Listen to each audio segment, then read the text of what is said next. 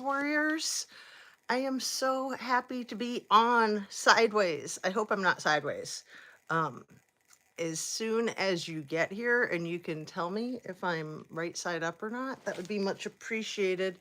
Although, I think everything's good. Is the lighting good? Is the sound good? Should I put my AirPods in? I think I'm gonna try it. Just to be on the safe side, because I know when I watch the videos on my cell phone, hey, you guys, um, they're clicking. And when I watch it on my laptop, I don't hear the clicking. So I don't know if the AirPods are going to help with that. I hope they do. Thank you so much for being here, you guys. Um, so I don't even know what day it is. I mean, I know it's Monday and it's probably like the 17th or something like that. You're upright and sound is great. See, I didn't know that I could do my phone sideways. Is that so silly? Like, I'm not kidding you guys. I keep threatening to go Amish and just give it all up. Hey, Pixie Knickers and Dana, Bex, Nikki Ray, Paulina. Thank you guys. I'm so happy that you're here. Um, oh man, that last video, if you guys saw my last live, it just cracks me up at the beginning. Like, I'm just glad I wasn't, picking my nose or anything. It's bad enough that I was fixing my hair, like, ugh. But hilarious, and I can just laugh at myself, and it's just nice that you guys are here to laugh with me. Hopefully not at me, but that's okay if you want to laugh at me sometimes. I don't mind. We all need to laugh, right? So let me do my cute little thumbs up. Please hit your like button if you'd be so kind. Um, also, where is it? Share, subscribe, ring your notification bell. If you can even see those things, I don't really care. That's such an ugly thing that I made, but it doesn't look so bad when it's in the dark, right? Hey, Ara, girlfriend, I love that you can laugh at yourself. We love how humble you are. You are the queen of humble. I'm taking classes from you, and I love you, Ara. So thank you. And Mark Molina, I love you too. I love all of you. Oh, cool that you're just on a quick lunch and you were able to check in. Um, all right, let's just jump right in. Everything I say is simply my opinion, simply for the sake of conversation, hoping to open up a discussion, hoping to learn something and be educational. All my videos to date are made for YouTube, and we all know it's an entertainment platform. So take it for what it is. We're just chatting, right? We're just speculating and opinionating and having our little coffee talk, so to speak. I'm just so happy to be sideways and not like all tall and long like that. That was bugging me. I still have issues with my laptop. I have it right here, so I can turn it on and have it if I need it to look at anything, but I won't get into all my technological difficulties. My problem is with my IT people. They are very hard on their mama, and they don't, hey, Fredfield, they don't help me as much as I would like them to, but of course, they always want me to do all of the stuff for them.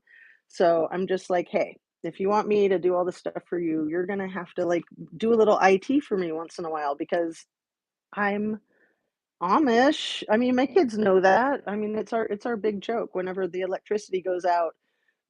The whole time I've had kids, which is 21 years, the electricity goes out and they're like, "Cool, we're Amish." They love it. Squirrels, woohoo! Waking for round two. Awesome. Very, very cool. You guys, thank you so much for being here. Annie, Ruler, Mark, Fredfield, we have the bomb group, you guys. Like, I am not kidding you. I'm not just saying that to be, nice and cute. You guys rock. I cannot believe the support that I have from the quality viewers that I have. I am just like humbled. I could cry.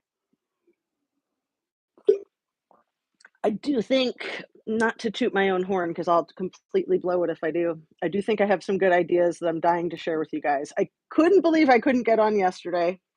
Life is just full and busy. all those freaking kids and everything. And I only have 2 at home now, so it's sort of like we have a family of 4 at home since the oldest lives at her college and the oldest boy went off to his first special assignment, you guys. Like, it's like he's in the FBI or something. Seriously, I'm not even kidding you. He went to a 2-year special assignment prior to doing his thing. And it's military, so I can't really talk about it. And I'm used to that. I'm used to that with my grandfather. I'm used to that in my everyday life. Like, there's a lot that you can't disclose. And still, I try to be as transparent as possible. Absolutely, I want to be as transparent as I possibly can. So in my last video, I shared a lot with you guys about the person who made the attempt on my life when I was 11 and how he very well could be in Lahaina. The last I knew of him, and I have not had any contact since I've been clean and sober, which is like, I want to say 1989, 1990, is like 89 was when I got clean and sober. 90 was when I realized I couldn't fix him or have a healthy relationship with somebody who was so freaking unhealthy. He's been in and out of prison. I mean, obviously, he tried to take someone's life. He's completely nuts.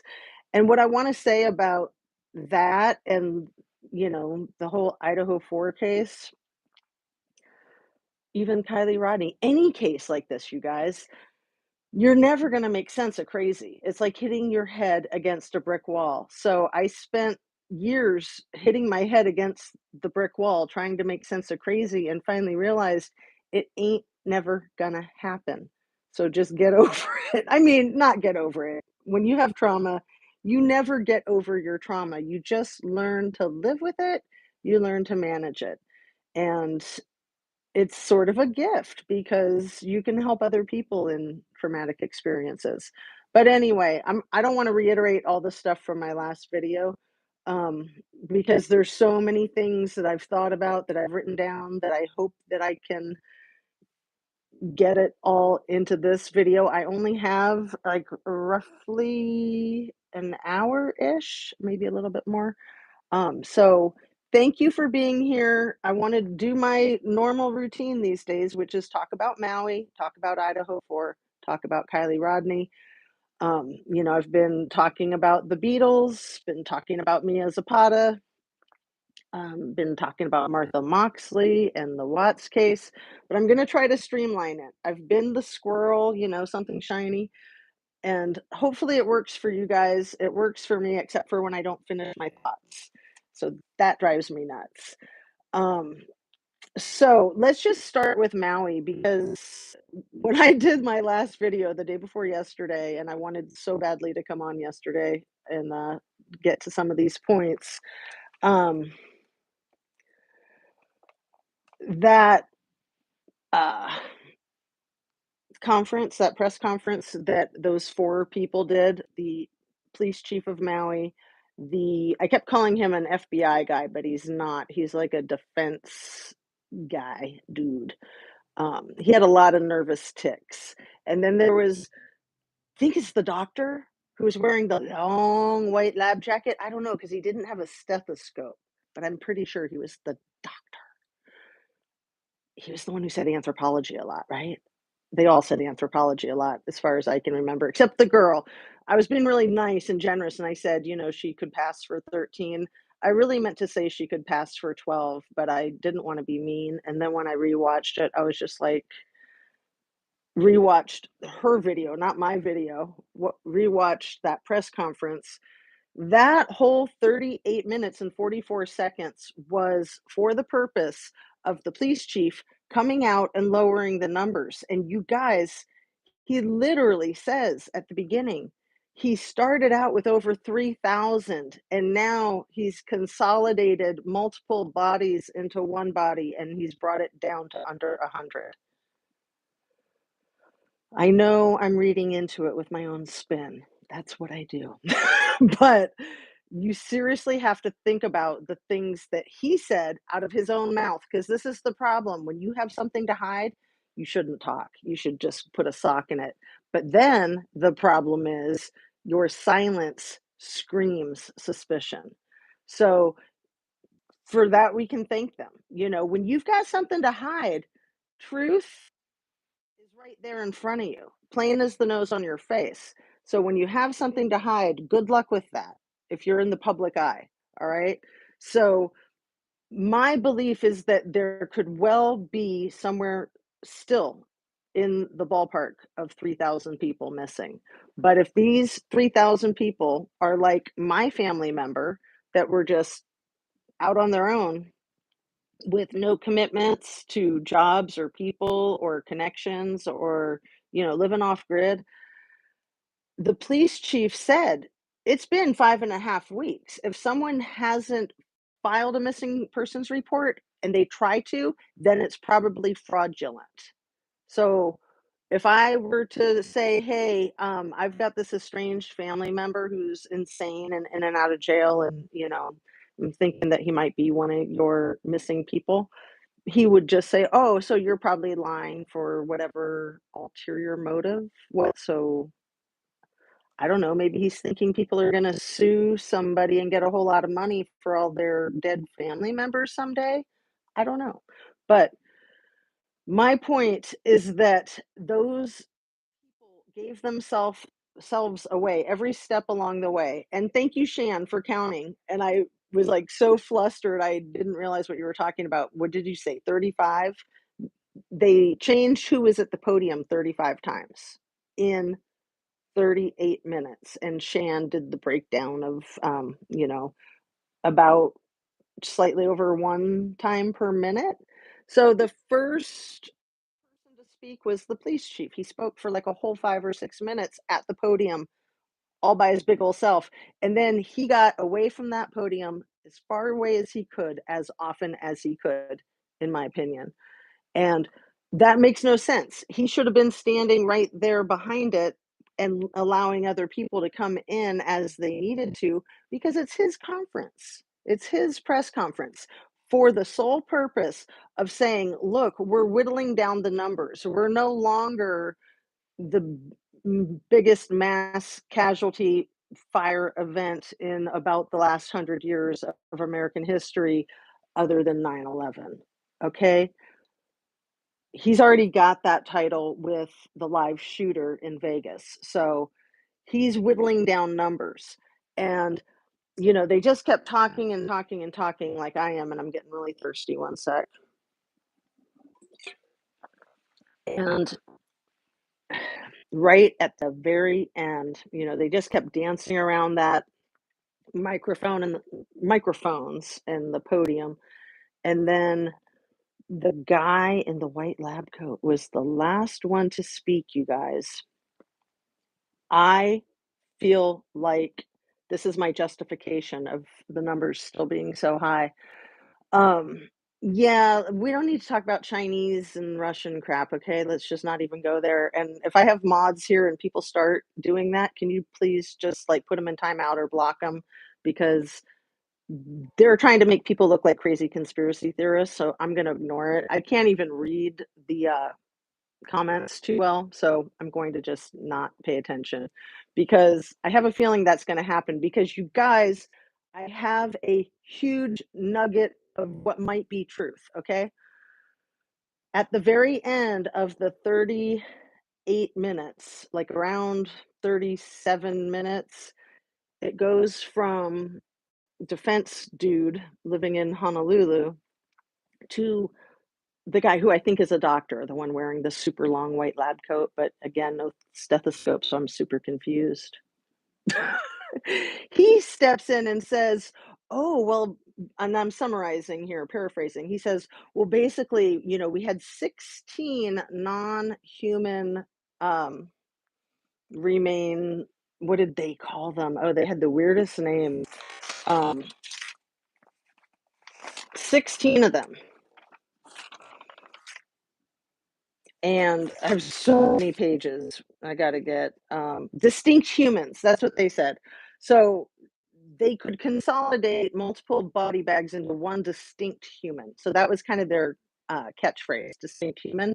But then white lab coat dude says, "Oh, and we have 16 distinct non-human remains."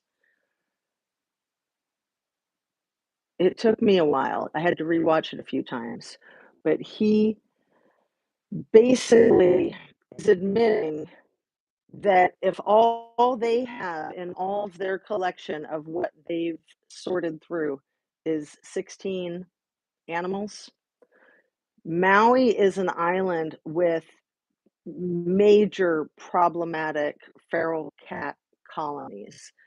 16 animals remains wouldn't even cover a portion of pets that were killed in that fire, undoubtedly.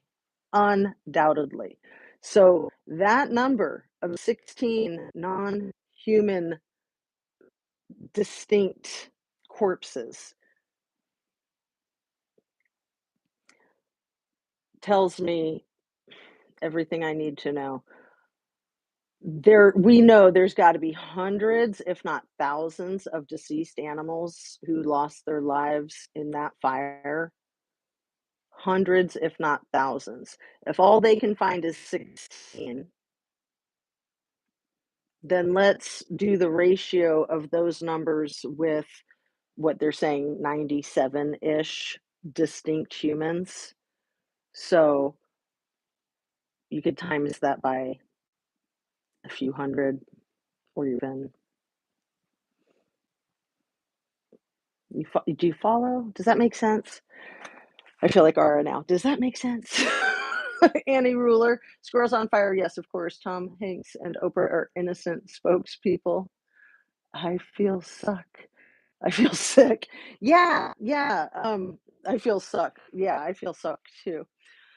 The whole thing is absolutely disgusting. So, if they have 3,000 homeless people who have cut off ties with family that are deceased, they don't want to admit that. If they're at fault for all of their litany of failures, even if the fire were natural or accidental. It's just like when somebody like Kylie Rodney passes away. It's natural, accidental, self-inflicted, you know, blaming the land because it was dry, blaming the planet because, global warming, blaming everybody on the planet, for their part in the global warming. These people are panicking. So I'm really happy to see channels like Inner Wellness, Blossom Inner Wellness, and Hawaii Real Estate. And it seems to me that they're essentially making a call to have the governor, the mayor, and the police chief of Maui fired. So I think those people have warranted being fired and possibly warranted getting put into prison, right? Okay. Oh, ice water, so good. So good. Okay. So, still talking about Maui, that police chief basically said it's not a crime. The fires are not a crime because I say it's not a crime. They're wildfires, and we're going to keep going with that because we don't need to do an investigation because we already know, because I'm the person who decides that. That police chief, being the coroner, has way too much power to control the information about the deceased distinct humans. Way too much power to control that information. It's unbelievable. Unbelievable. Um, and I'm sorry if I keep saying his name wrong. Peltier, whatever it is. I'll just say POS. I mean, he's vile as far as I'm concerned. Highly likely drowned, dude being found in water. Fred, good one. Yeah, yeah, we'll get over to Kylie and to Idaho for sure. But I want to finish up with the mound to try to like streamline one to another rather than the jumping back and forth if I can help it. So the family reference samples are the only way that they might be able to admit that a person is deceased. So it's my opinion that if you submit your DNA and try to make a missing persons police report with the Maui PD, then they might admit they found your person, but they still could say we never found them, whether they did or not. But then they have your DNA and they know that they need to keep an eye on you. You're going to be on their radar because you might still be looking for your person. I mean, most people really care about their family members and would look for them high and low every day for the rest of their lives, in my opinion. Um, it's sort of like without the DNA from you or me or anybody else oh, that crap, you guys. Orientation is locked. Help, help. I think I got it. Man, see, that's what happens because I got the sideways thing. Okay, now we're all screwed up. Oh crap, I might be able to figure it out. Station is locked. Okay. Oh my goodness. What freaking crazy crap. That's always been my fear that everything would just like fall down while I'm recording. Did I did I save it? Did I get it? Oh man. Freaking gravity. I am pissed with the gravity. Seriously, it messes with me every day. That was a big one, but I recovered, I think. Hopefully. I think. Everything's fine, right? It's all gonna be fine.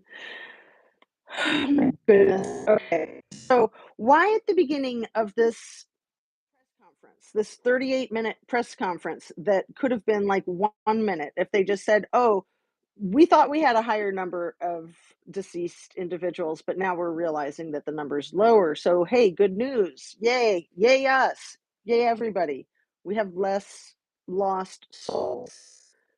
Why at the very beginning is the POS police chief saying anything about the terrorist attack of 2001, 9/11? Why is he talking about a terrorist attack? And then why does he immediately start talking about blah, blah, blah, blah. Prisoners of war, you guys, do they have people prisoners of war? Like, I know that that was a big thing on the internet. We were all worried about the children. What about adults prisoners of war? Like, they wanted those people off that island. They wanted those people out of the area that they want to do their smart city in, possibly, maybe, in my humble conspiracy theory opinion, allegedly. Why was he talking about prisoners of war right after talking about a terrorist attack? Why in the world did he open that news conference talking about the biggest terrorist attack on American soil? When uh, Pearl Harbor happened, you guys, that was before that was American soil, right? If I have my years right, off the top of my head, I want to say that Hawaii became our official 50th state in 1959, and Pearl Harbor was like December 7th in the 40s, like I want to say 1947, but I could be off. I mean, I'm literally going off the top of my head. I've been looking up so much stuff. Anyway, Pearl Harbor, we lost thousands, like close to 3,000, not just military personnel, civilians as well, women and children as well. This I'm not trying to be a conspiracy theorist, and I'm not trying to like hype something up unnecessarily, but this could be even bigger. They could have 3,000 distinct humans missing or deceased, and they're trying to cover it up. It's possible. I'm not saying that that's what it is. I'm just really shocked that they started a 40-minute conference press release with 9/11, POWs, and then ended it with cats, 16 cats or dogs, or I don't know if they have deer, what kind of wild animals they might have over there. There could have been a horse or something in their mix of 16 non-distinct human entities. It's crazy. So let me quickly run over my notes and um, can we just jump right into the Idaho 4 and save Kylie for last? Because Idaho 4, as you guys I'm sure well know, had the big 48 hours reveal over the weekend. I have not had a chance to see it yet. I've seen a lot of other content creators talking about it. I watched a really good one from Jules of All Trades that I will put a link in the description. I've also watched some really good ones from Harsh Reality, so I'll put those in there too. Um, and a couple others. The one of the biggest indicators to me that there was problems in the Idaho 4 case right up front was that you guys remember, and they covered it over the weekend in the new 48 Hours documentary. Kaylee's sister, Olivia, spelled with an A. Olivia figured out that their time frame was a little bit off. They said that everybody got the law enforcement, that's who I'm referring to. Law enforcement said that everybody got home at about 1:45 a.m. And Olivia had gone into Kaylee's phone and was able to find information that determined to her that Kaylee got home at 1:56. So she called law enforcement like day one and said, I just wanted to let you know I have information from our family cell phone plan that indicates to me that your timeline's a little bit off. So I'm pretty sure in so many words, she told them that she was trying to help and that her information ascertained that Kaylee got home 11 minutes later than what they said.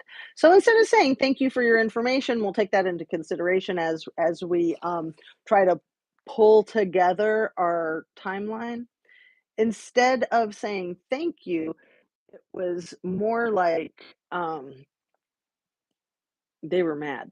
They were absolutely mad, and they didn't wanna hear about it, and they were just, like, tried to shut her down and tried to stick with their 145. I'm trying to remember in the, PCA if it's, 145 still or if they changed it. Do you guys remember? Okay. Um,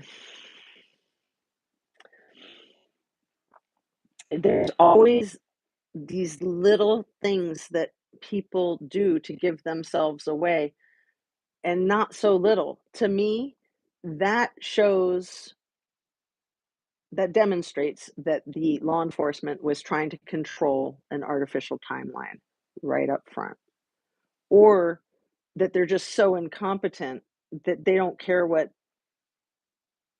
reality is. They're just going to invent stuff and stick with it because they're law enforcement. They say so. There. Um, and you just never know what's going to make or break a case. Again, you know, being the squirrel that I am, this is sucky. What do I do?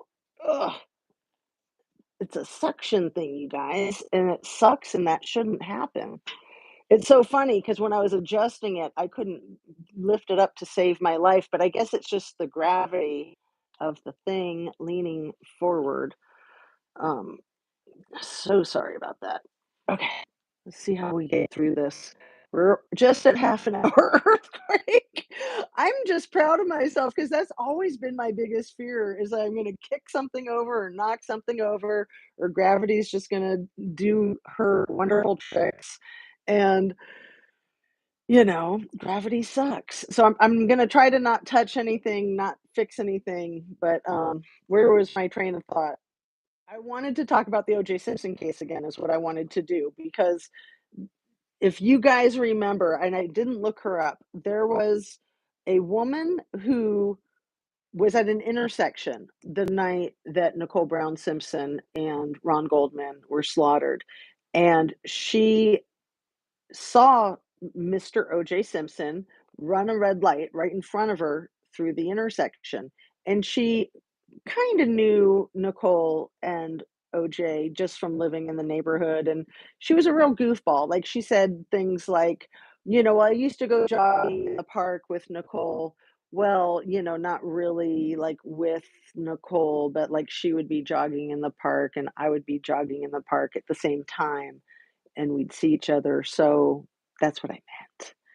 And she sold her story to Inside Edition or something like that for a few $1,000s, and she blew the case because she saw OJ right there at basically the crime scene area at that time, and he was running a red light. And on her little interview on Inside Edition, when she said that she saw him up close and she could see him very well because of the street lights, and the interviewer said, "Well, what did he look like?" And she said, "He looked like a madman, gone mad, insane." I am not paraphrasing at all. That woman blew the whole case, and she was never allowed to testify because she sold her story for a few $1,000s to Inside Edition. He looked like a madman gone mad, insane. Okay. It's been one of my favorite quotes of my lifetime. So, you guys, please take it and run with it. Madman gone mad, insane. Again, I can't remember her name. She doesn't even really deserve to have her name remembered because had she not sold out to the tabloid TV, that criminal case could have gone differently. Probably would have, in my opinion. But like remember Alan, the limo driver, he was a great witness. He had a lot of credibility. Very cool, calm, and collected. But yeah, I brought up that thing about Burger King. I think that was the last video or the one before that when Marsha Clark did her Perry Mason moment to Cato and said, "Are you sure you went to McDonald's? Are you sure you didn't go to Burger King?" And I told you guys what that was code for. So I'm not going to run over it again because we got to get on with it. We got to get on with it. We got so much to talk about. Um, so remember, I said, I think this was my very last video, that I believe that the Moscow Police Department pitted Gonzo against the criminal defendant as a way to employ Gonzo as their weapon to make Brian Koberger look guilty.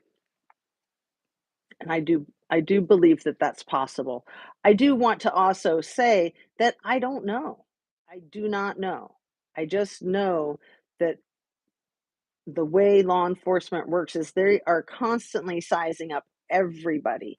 In the eyes of law enforcement, every single person in every single case is a suspect, including the person that makes the 911 call to complain about whatever the problem is. That's just the way law enforcement have to look at everything because people lie to law enforcement, people misrepresent themselves every single day. And any seasoned law enforcement officer will tell you that they never believe the first story that a suspect tells them. Ever. Never. So, in all these cases, we get law enforcement believing everybody's first story, right?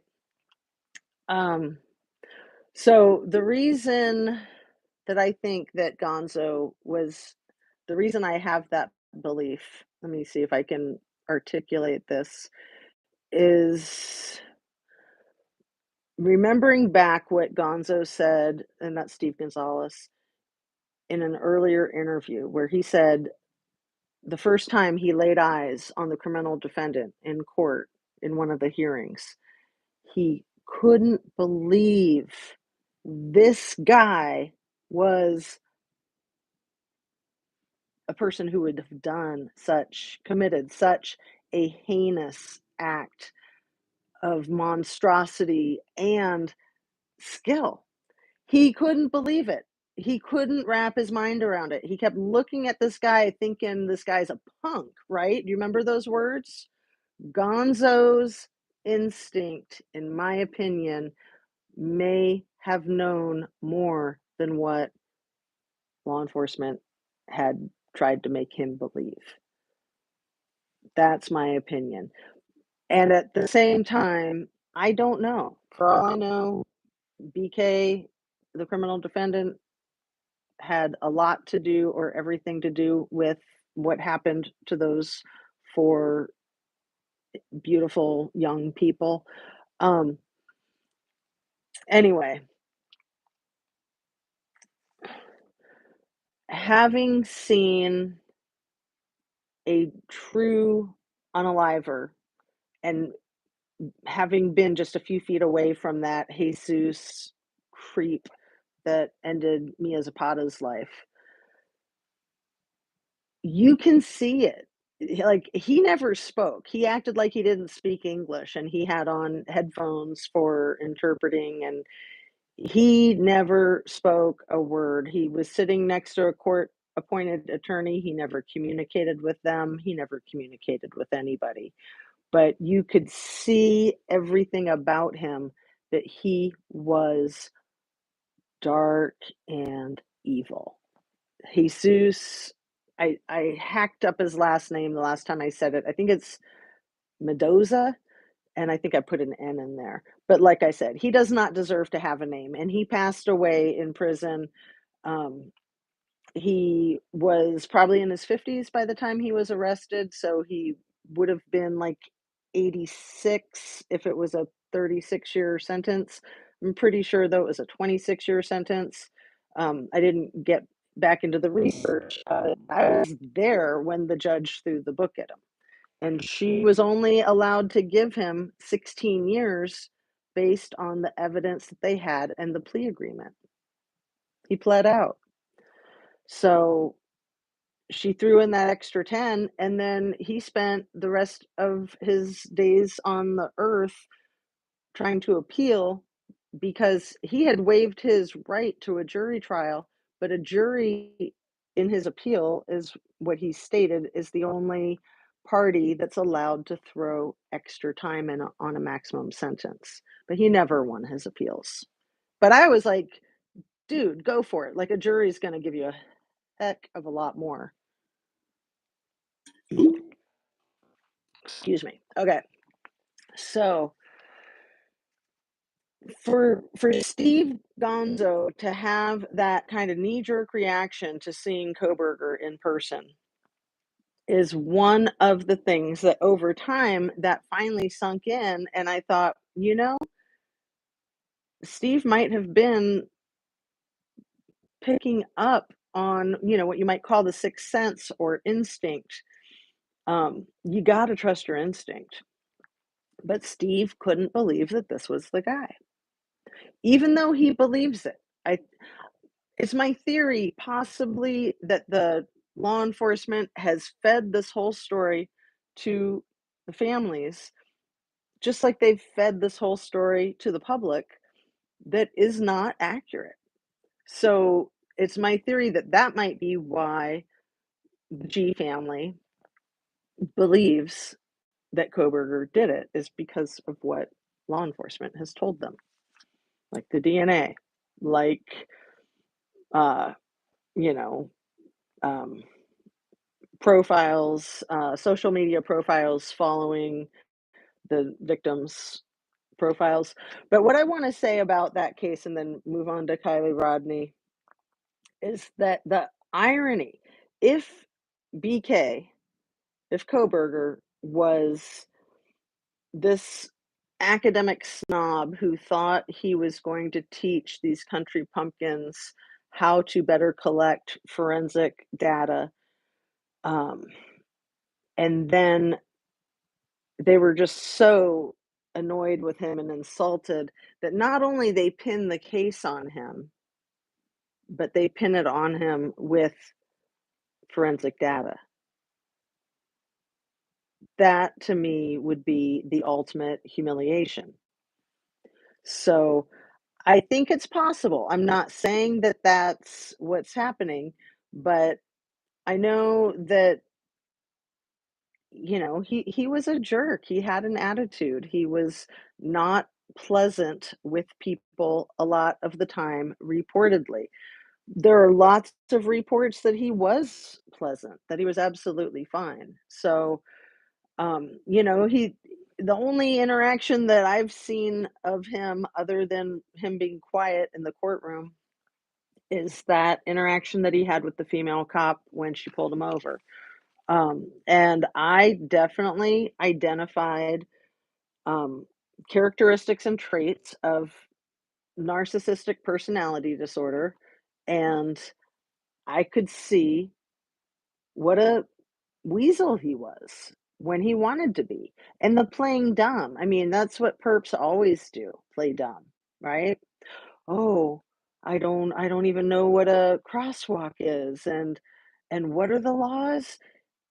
Had that police officer known he was working on his doctorate in criminology, she would have known that he was lying through his teeth about a lot of the stuff that he said. But anyway, let's go to our lovely Kylie Rodney, 'cause we are already at 41 minutes. Um,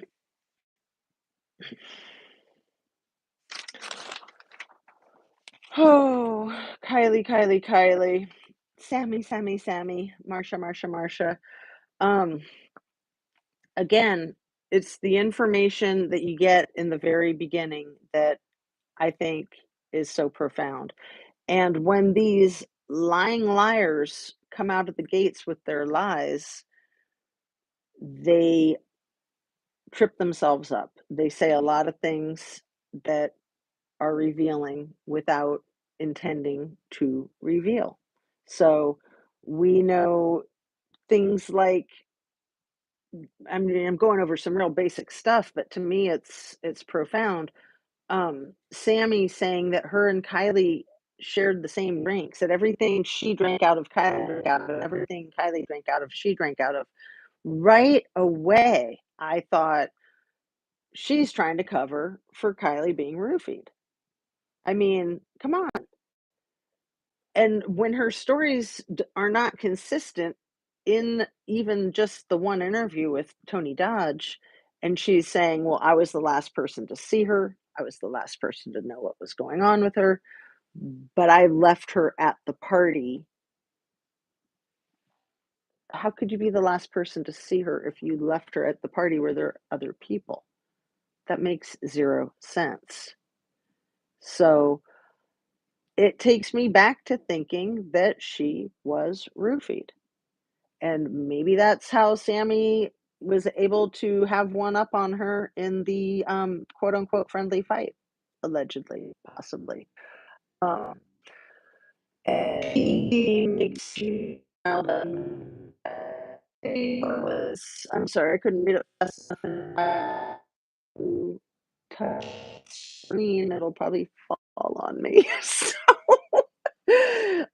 yeah, isn't it interesting too that we've got the Maui Police Department MPD and we got the Moscow Police Department MPD? Um, just interesting. And then we've got Scott Green with the University of Idaho president, and then we've got Governor Green in Hawaii. So I forget what that governor's first name is, but just like we have Kaylee and Kylie, right? Xana and Xaname. I mean, we could go on and on with all of these. We got too many Jacks in one case. We got too many Nates in another. Uh, one show or party. Right, right. I mean, that whole thing, I think that Squirrels and you and some others have figured out that that was just a story to explain why there might have been some evidence of her having been in Reno. Um, and for anybody who doesn't know or doesn't remember, Living Lake Time, Casey on Living Lake Time and his whole Reno uh, video, I will put that in the links too, because that man was funny AF and brilliant. Okay. I don't know if he's still doing true crime, is he? He kind of was and he kind of wasn't. He kind of got out of it. Okay. So, um, where are we at? Kylie had great instincts, you guys. She was a smart girl, right? Isn't that what we've been told again and again? She was also extremely talented musically. So she was very bright academically, she was very bright musically. That means she had really good instincts because you can't be good at music if you don't have good instincts. And, academics, you can be, kind of like book smart and street stupid. But Kylie was not street stupid. She was academically very gifted, and she was just a sharp cookie, which is exactly why I think, and I go back to it again and again, her rival is what took her down. He went from TC to what? Oh man, I don't even need to read any more of that. Wow, I can't believe he'd do that. What people? Come on. I just don't even know what to say about that. I mean, hate is hate, love is love. People are people, like just be yourself and allow other people to be themselves and don't judge. Ah, is that too simplistic? Yeah, yeah, I'm super disappointed. I did not know that. I kind of, you know, I got offended by a lot of people in the Kylie Rodney case. One of the things that offended me the most, and I just kind of went a different direction from a lot of content creators that were pushing the whole the fire cam footage. And it wasn't so much the argument of the fire cam footage being real or, accurate or whatever. It was people's attitude. And there were a couple of content creators who literally said, well, if you're too stupid to understand it, then I can't help you. I'm not going to explain it anymore. And I was just like, what? Okay, I quit watching those content creators. I also quit watching content creators that were in pissing contests with Upchurch because I was just like, you're obviously threatened by the man. You're obviously insecure about your own manness. So I don't want to see your freaking pissing contest. So I'm just not going to watch your channel. so Um, and it continues. I get very offended with people in the Idaho 4 case when they're just like, well, how stupid are you that you can't understand that he's a psycho killer?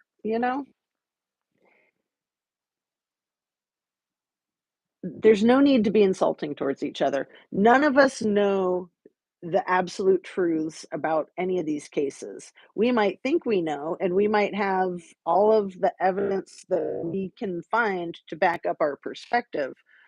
Um, but we don't know. That's why we keep talking about them on YouTube. If it was known, we wouldn't be talking about them, most likely, or not as much anyway. It wouldn't be as interesting. So we don't know. We have different opinions. We see different things at different points in time, and I just think that it's fine to disagree. I mean, I say it all the time. There's times when I disagree with my own self. So I can disagree in the same thought, even of like thinking that Kylie was super smart and also thinking maybe she was naive. She might have been very naive to trust these freaks that she went out in the woods with. If she did, in fact, willingly go out in the woods with these freaks who don't care that she died and that they're going to lie about it. So she can be super smart and have really good instincts and still have made those mistakes. You know, life is full of contradictions. Life is full of ambiguity. And ambiguity is just a word, but it's a very uncomfortable place to live. And in my opinion, that's where real life happens, is in the ambiguity. Like things are not black and white. There's like an infinite number of shades of gray in between. It's not 50 shades of gray. It's an infinite number, and all of it can be true at the same time. And I'm glad I brought up that because I look at gender the same way. Male and female, black and white. Every single person alive, in my opinion, is at a different place on that scale of female on one side, male on the other. There's people that are right in the middle. There's people that are born hermaphrodites, you guys. One out of 3,000 people is born a hermaphrodite. So when you take a school like the University of Idaho of 11,000 students, you have 3 or 4 people at the University of Idaho, probably on any given day, that were born hermaphrodites. And some of them might not even know it. Any of us might have been born a hermaphrodite and not known it because back in the day, doctors just took care of that, sometimes without even consulting the parents, sometimes without ever informing the parents. They would make that decision. And it's not done like that anymore in our country that I know of. But what I'm trying to say is that life is full of everything being unique in and of itself. And if you can't accept that, good luck. Good luck. You know, um, you just got to be yourself and allow other people to be themselves. And if by being themselves they're going to be taking other people's lives, then put them through the justice system, sentence them to living in a cage or worse. Um, but yeah, there's so much ambiguity in life, and there's just no reason for all of the hate and all the arguing and all of the taking sides, you know? I think that sometimes we do that because we're trying to figure out ourselves. I don't mean to get so freaking philosophical with you guys. Where are we at? We're at 53 minutes. Anyway, I just think gender is a very fluid thing. You know, kids these days, they get it. They when they introduce themselves, they tell you what pronoun they want. Some of us grown-ups might think that that's crazy, but it's not. It's the way it is. And it makes it a lot easier, in my opinion, when you can just say they anyway, rather than he or she. But but gender is fluid, you know, the whole LGBT and, you know, more letters than that, Q, B, LGBTQB, is that it? Am I missing one? Um, you know, people have always been that way. It's just human nature. Sigmund Freud, you know, his whole thing was that everybody was bisexual and that people were socialized and conditioned to not show that and to, you know, act like they were straight. Anyway, like I said, going off on all of this stuff, I just I don't like to see the hate. It kills me. It really does. Um,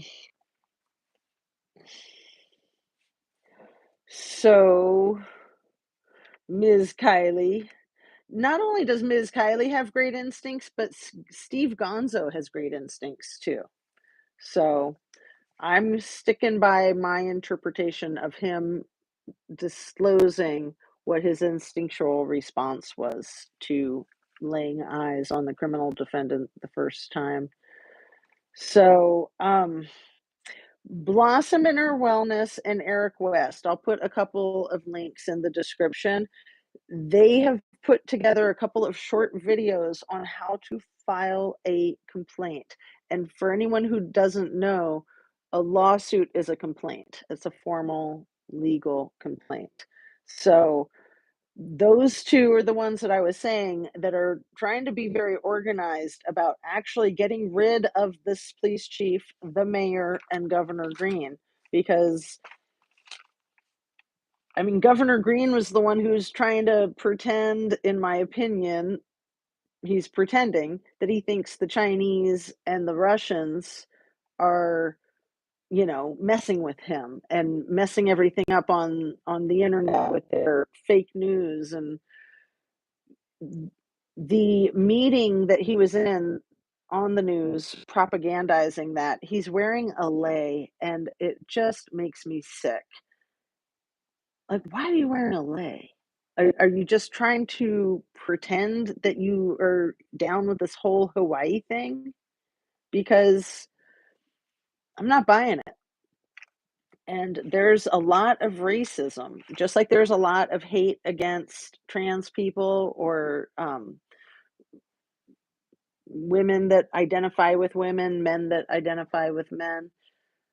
There's a lot of racism in Hawaii, you guys, against the native islanders.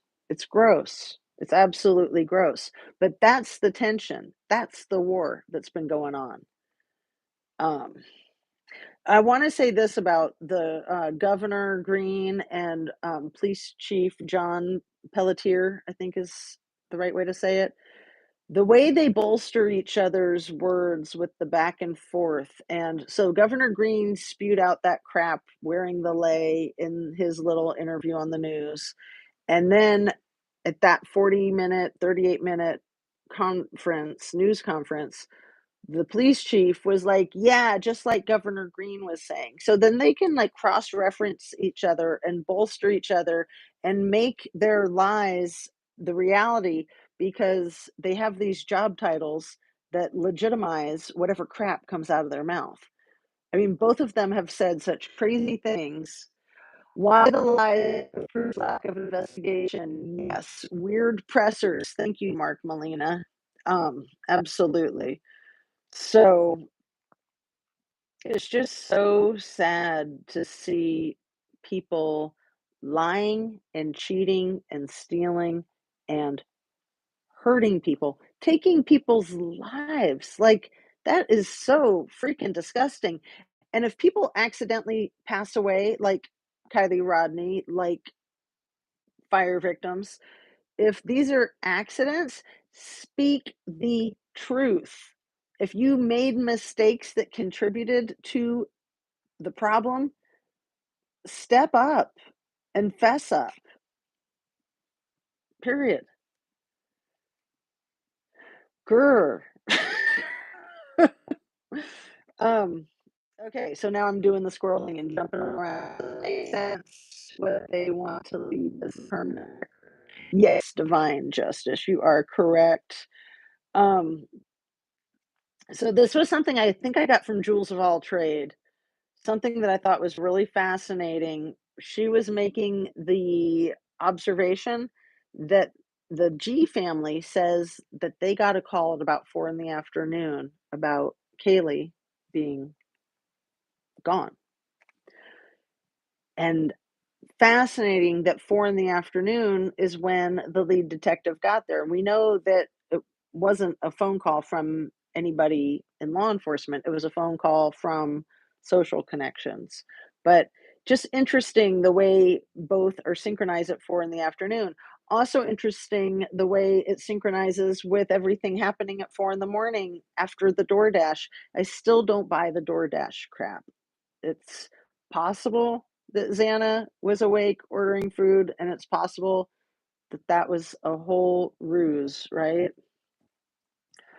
Um, but yeah, for law enforcement to be trying to pin it on Koberger with his own claimed expertise of forensic electronic data collection.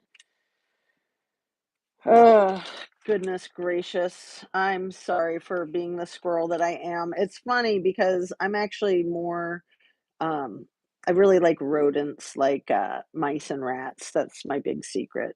I'm really into mice and rats. They're smart. But anyway, squirrel. We'll go with that too. I also like bunnies. Oh, and hedgehogs. Okay, chipmunks. Chipmunks are the cutest. So for the 48 hours, I believe, said these words that Xana received that order. And I learned that from watching Harsh and Jules of All Trades, that that was the way it was presented in the 48 hours, you guys. Xana received the order. I've never heard that. I've never heard that she received the order. In fact, it's my understanding that most, if not all the time, it's called DoorDash because they leave it at your door, they take a picture of it, they send you the picture. So, the other thing about that DoorDash that is so obvious to me that law enforcement is manipulating the narrative and the whole time frame is that in the PCA it says that it was delivered at about 4 a.m. and everything happened after that.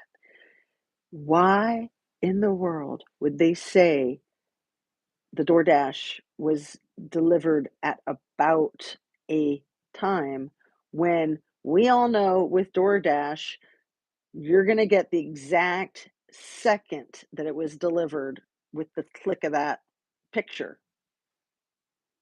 And it's tracked all over the place with the person delivering and the company that they work for and the person who's getting it. So for them to approximate 4 a.m.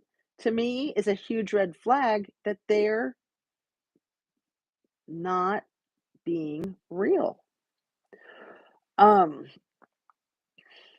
so I want to say this too about the Idaho 4 case that I started to say it and I don't think I finished it.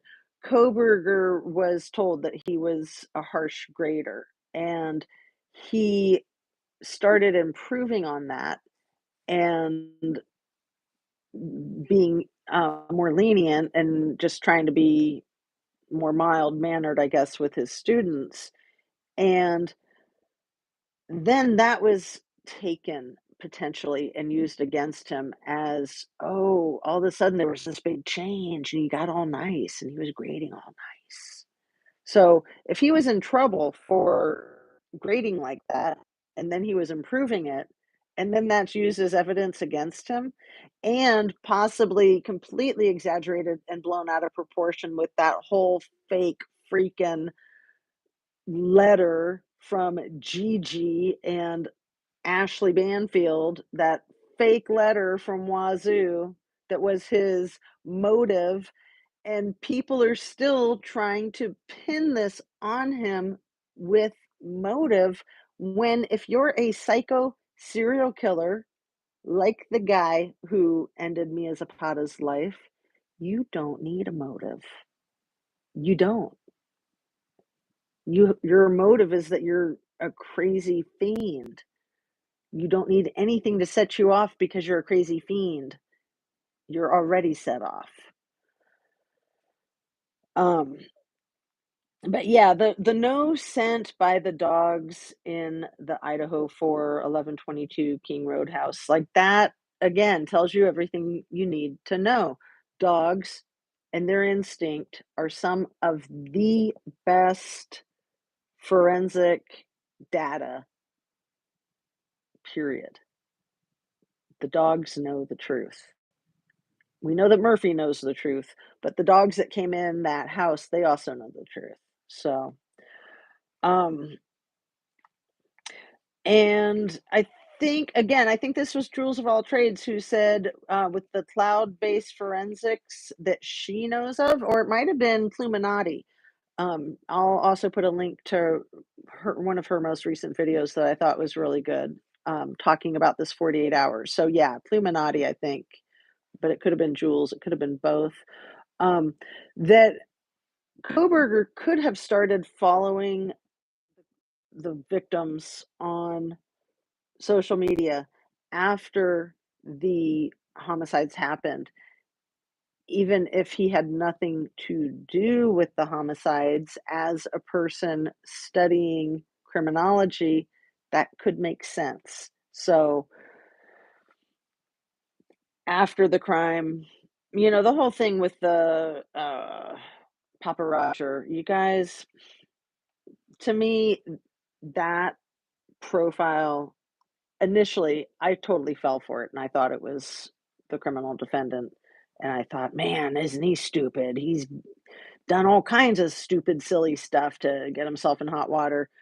I personally believe that Papa Roger is somebody in law enforcement. That's my opinion. Um, so I think that's all my notes, and let me see. The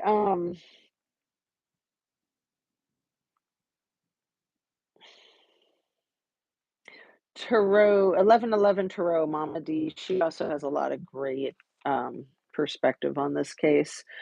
But talking about Kylie again, I think Sammy is your number one suspect. I think Lindsay is very suspect. I think the liaison between the two that people have always spoken a lot of and continue to speak a lot of is extremely suspicious. Why would the mother of a deceased teenager be so warm and affectionate towards a person who you should be suspicious of?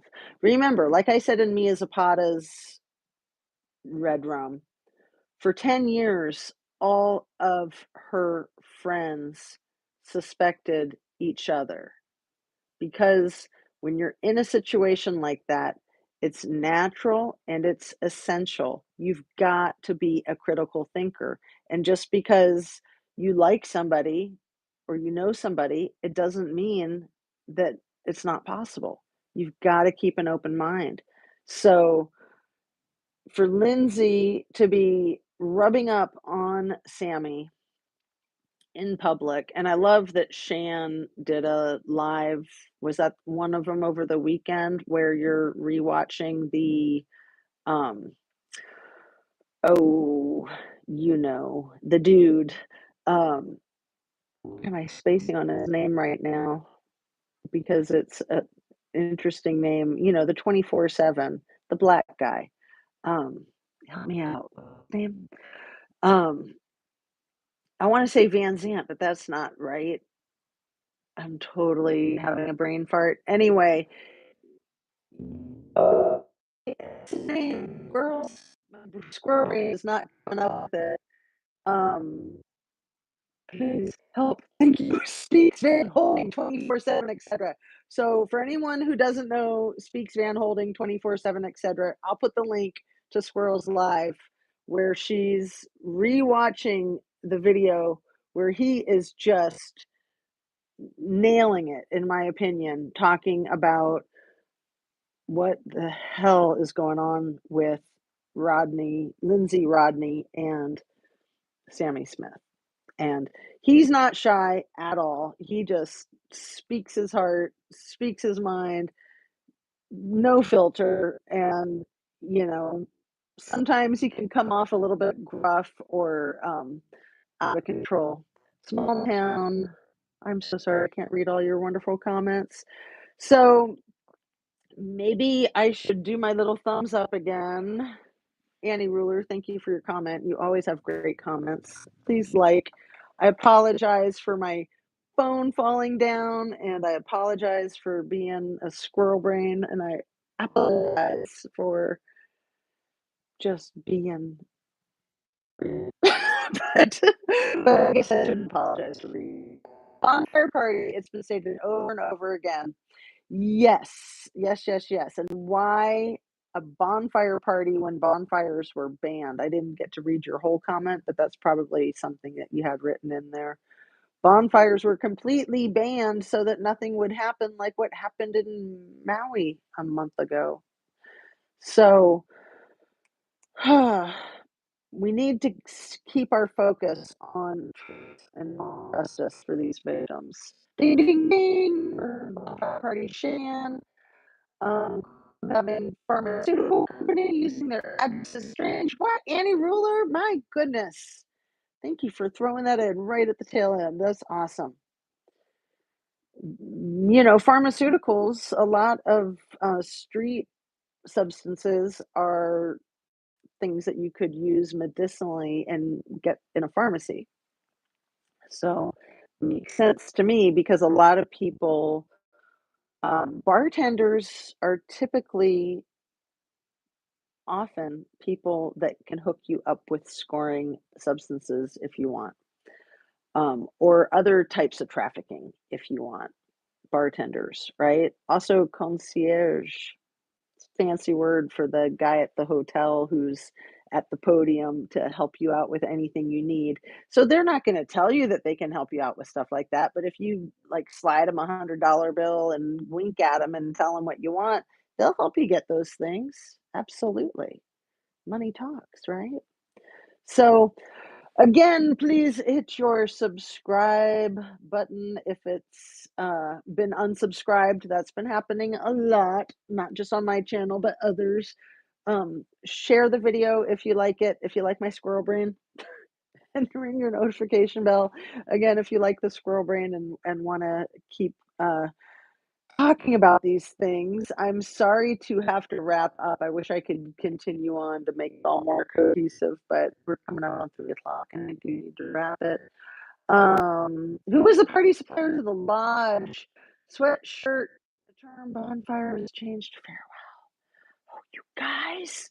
Yeah, who is the concierge at the lodge? I would think possibly uh Neiman, Tony Neiman, maybe Lindsay Neiman. I mean, they were the owners, they were the manager. They weren't the owners. The grand was the owner, but they were the managers. So they would probably have that information. Just like MC admitted that she had that information, that somebody called her to find not substances, but the other thing that gets trafficked, and she was able to hook them up right away. She said that in one of her things where she just was talking, talking, talking, talking. Like, that's weird. I mean, if somebody asked me, "Hey, you know where I can find an escort?" I'd be like, no idea. Probably like what do you call that? The back page Craigslist or something like that. But no, I would have no idea other than that type of thing. Um, but it sounded like MC said that she had phone numbers that she supplied them with that, took care of the situation. Weird, weird, weird, right? All right, you guys. What do I always like to say at the end of my videos? Make sure you drink your agua. Make sure you eat your protein and your vegetables. Can I brag? I ate broccoli for breakfast. I did. I'm going to eat more broccoli for lunch. I love broccoli. But I'll also admit that I had French fries and fried cheese curds for dinner last night. So I don't think the French fries count as a vegetable, but man, I was starving and it was the only stuff around and it was good.